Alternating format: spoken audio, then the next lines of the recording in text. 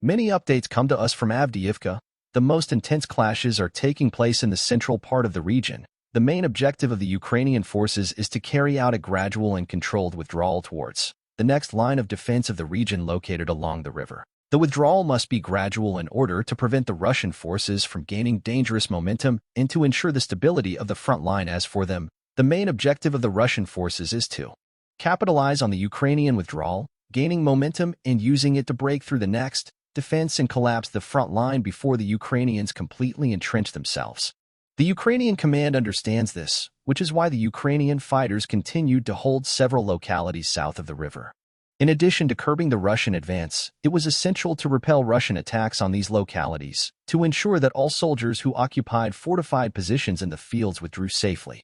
The most serious difficulty that Ukrainian fighters faced in these villages was Russian bombing, as the fortifications were built north of the river and not south.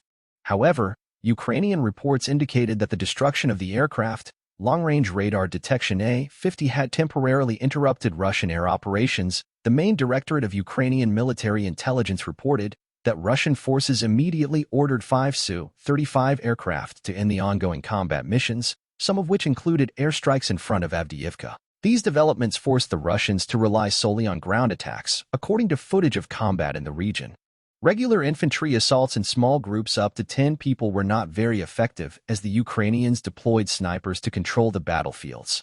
Ukrainian snipers have released numerous videos showing how they pursued Russian infantry who tried to carry out night attacks in the tree hedges. After several days, the Russian forces decided to make some adjustments and began to support the infantry with some tanks and armored fighting vehicles. The objective was to quickly close the distance and deploy the infantry right at the village gates. The biggest problem facing the Russian mechanized assault units was that of mines. Interestingly, the Russian forces exacerbated themselves even this problem by beginning to deploy remote mining equipment to complicate the Ukrainian withdrawal during the final days of the Battle of Avdiivka.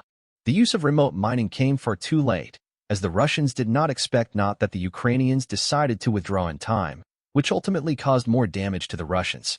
Geotagged combat footage shows how several Russian armored fighting vehicles exploded on a mine in front of Lastikin, thus adding to the enormous losses suffered at Avdiivka. Interestingly, during a recent briefing, Russian Defense Minister Sergey told Putin that Avdiivka was taken with minimal losses. This claim was not well received, even in the Russian media space. Prominent Russian military volunteer Andrei Morozov published a long speech accusing Russian generals of needlessly sacrificing thousands of soldiers to advance their own military careers and asserting that 16,000 sold